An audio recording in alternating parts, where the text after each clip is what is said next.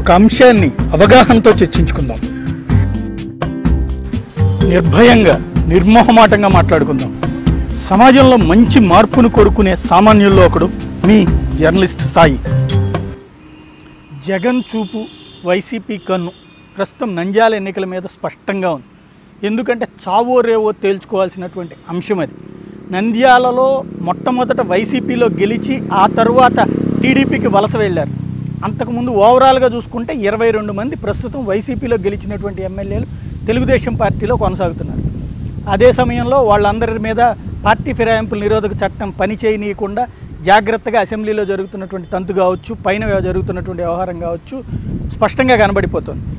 అంతకుముందు జగన్ చేశారంటే జగన్ కూడా మొట్టమొదటి రాజీనామాలు చేయించి ఆ తర్వాత ఎన్నికల్లో పోటీ చేయించారు. మిగతా ఎమ్మెల్యేలతో కూడా రాజీనామాలు చేయిస్తే అప్పుడున్నటువంటి నాదెళ్ల మనోహర్ ఆ రాజీనామాలను ఆమోదిస్తే ప్రభుత్వం పడిపోతుంది అన్నటువంటి భయంతో ఆమోదించకుండా చివరి రోజు దాకా సాగదీశారే. కానీ ముందైతే పార్టీ మారి వచ్చినటువంటి వాళ్ళు అందరి చేత కూడా రాజీనామాలు చేయించి వాళ్ళతో భారీ మెజార్టీతో గెలిపించుకున్నాడు జగన్.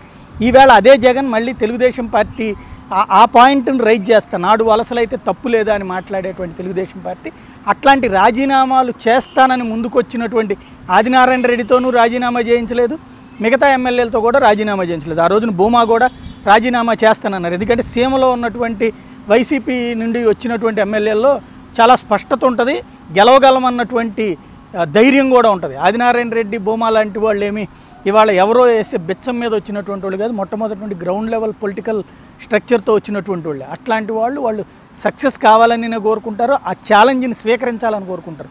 వాళ్ళిద్దరితో రాజీనామాలు చేయించి అక్కడ రిజల్ట్ను చూపించినా బాగానే ఉండేది. కానీ ఆ ధైర్యం చంద్రబాబు నాయుడు చేయలేకపోయారు. ఇవాళకి కూడా ఆ పని చేయలేకపోతున్నారు.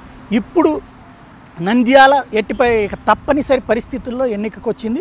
ఎన్నికకి ఓ పక్కన మొత్తం ముఖ్యమంత్రితో పాటుగా ఎమ్మెల్యేలు, మంత్రులు అందరూ అక్కడ తిష్ట వేయడానికి సిద్ధపడుతున్నటువంటి నేపథ్యంలో గెలిపించుకు తీరడం కోసం ఇటు జగన్తో పాటుగా వచ్చినటువంటి శిల్పామోహన్ రెడ్డి కుటుంబానికి కూడా ఇది ప్రతిష్ట. ఎందుకంటే ఇప్పుడు ఓడిపోతే రేపు పొద్దున్న జగన్ ముందు టికెట్ మళ్ళీ 2019లో అడగడానికి ఇబ్బంది అవుతుంది, కొత్తగా మళ్ళీ అక్కడ పాదుకోవడానికి కూడా కష్టమవుతుంది. శిల్పామోహన్ రెడ్డి కాంగ్రెస్ పార్టీలో క్రియాశీలకమైనటువంటి పాత్ర పోషించి అక్కడ తనదైన హవా చూపించుకుని మొన్నటి ఎన్నికల్లో దెబ్బతిన్నటువంటి వ్యక్తి కాబట్టి ఈ దఫా ఎట్టి పరిస్థితుల్లో గెలిచి తీరాలన్నటువంటి కసితో ఉన్నాడు. ఇంకొక పక్కన జగన్కి కూడా అది గెలుస్తాం ద్వారా మాత్రమే జనంలోకి పూర్తిగా వెళ్ళడానికి అదొక పెద్ద బాహుబలి ద్వారమే అనుకోవాలి. ఎందుకంటే ఇందులో గెలిస్తే కనుక అదిగో తెలుగుదేశం దెబ్బతింది అని చెప్పడానికి, దూకుడుగా వెళ్ళడానికి అవకాశం ఉంటుంది.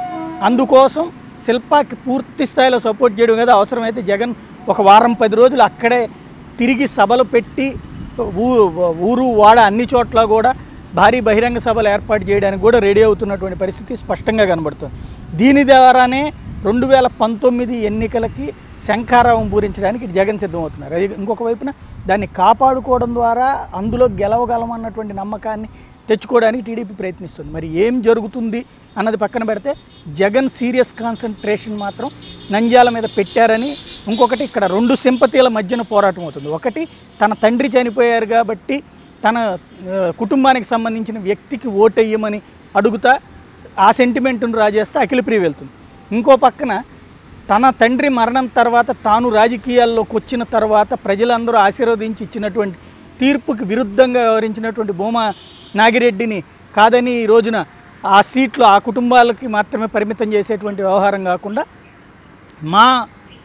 నా తరపున ఓటేశారు కాబట్టి నా కుటుంబాన్ని నమ్మి నేను ఇప్పుడు కొత్తగా పెట్టినటువంటి వ్యక్తికి ఓటేయమని చెప్పి శిల్పమోహన్ రెడ్డికి ఓటేయమని చెప్పి ఈ రోజున కోరేటువంటిది జగన్ నుంచి ఉంటుంది. అంటే ఇక్కడ జగన్ సెంటిమెంటు, ఇంకో పక్కన భూమా సెంటిమెంట్, ఈ 2 సెంటిమెంట్లలో ఏది పని చేస్తుందన్న దాని మీదనే ఈ రోజున నంద్యాల రిజల్ట్ ఆధారపడి.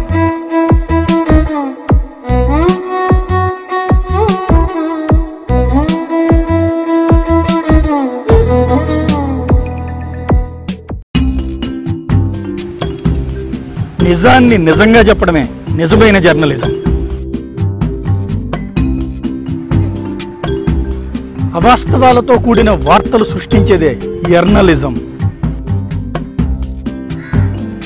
ఒక అంశాన్ని అవగాహనతో చర్చించుకుందాం. నిర్భయంగా, నిర్మోహమాటంగా మాట్లాడుకుందాం. సమాజంలో మంచి మార్పును కోరుకునే సామాన్యుల్లో ఒకడు మీ జర్నలిస్ట్ సాయి.